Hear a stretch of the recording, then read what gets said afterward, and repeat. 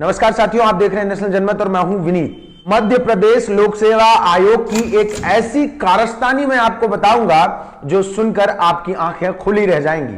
ऐसी कारस्तानी जो साबित कर देगी कि जातियों से ज्यादा महत्वपूर्ण वर्ग है, पिछड़ा, दलित, आदिवासी होना ज्यादा खतरनाक है, जबकि हम लड़ते जातियों पर है। कैसे? मध्य प्रदेश लोक सेवा आयोग के द्वारा 2022 में कुछ पद निकाले गए स्त्री रोग विशेषज्ञ के, और उन पदों पर भर्तियां होनी थी। इंटरव्यू हुआ, इंटरव्यू 100 नंबर का था। जो नतीजा आया है उसकी लिस्ट मेरे सामने है। 95 अभ्यर्थियों की लिस्ट जारी हुई है जिनका चयन हुआ है, और उनको जो इंटरव्यू में नंबर मिले हैं वो बड़े काबिले गौर है। जो लोग जनरल में सिलेक्ट हुए हैं तकरीबन उनमें 32 बच्चे हैं।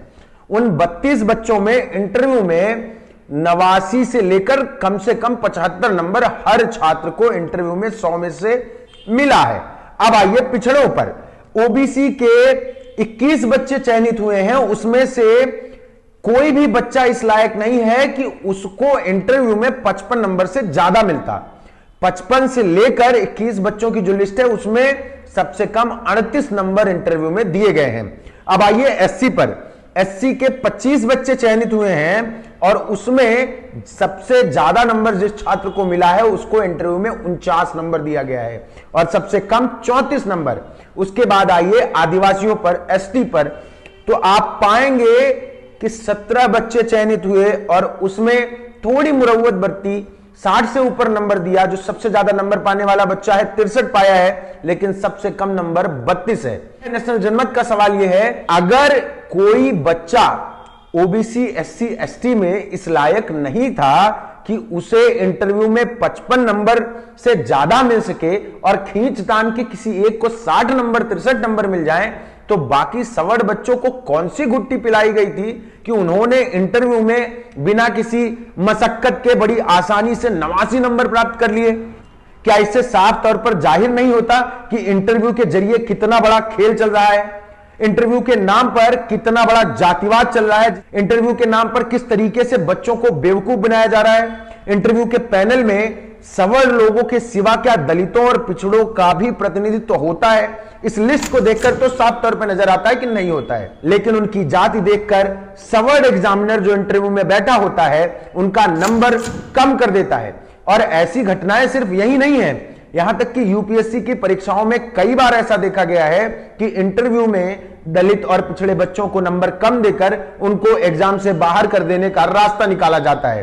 क्यों? क्योंकि सारा सिस्टम सवर्णों के हाथ में है। जैसे ही सवर्ण छात्र उनके पास इंटरव्यू के लिए आता है, उससे आसान से 2-4 सवाल पूछा और आगे बढ़ाया और अच्छे नंबर दिए।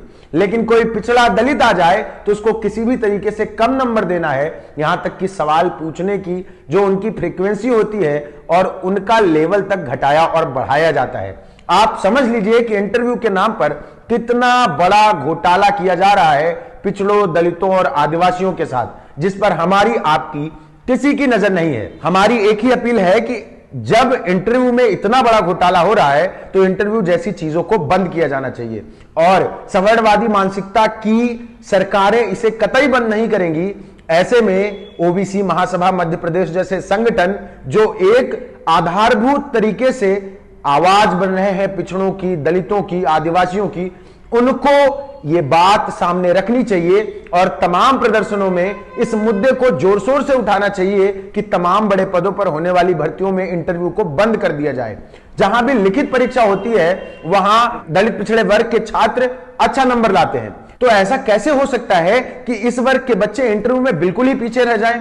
जिन छात्रों के अच्छे नंबर लिखित परीक्षाओं में आते हैं उनके साथ किस तरीके से इंटरव्यू के जरिए धोखा किया जा रहा है आप इस पूरी लिस्ट के जरिए समझ सकते हैं। और जिस तरीके से मध्य प्रदेश में यह घटना घटी है, ये इस तरफ इशारा करती है कि ओबीसी महासभा जो लगातार पिछड़ों को यह बताने की कोशिश कर रही है कि साथ लूट हो रही है। आपके जो नेता बैठे हैं वहां सिर्फ मूक दर्शक बन के बैठे हैं।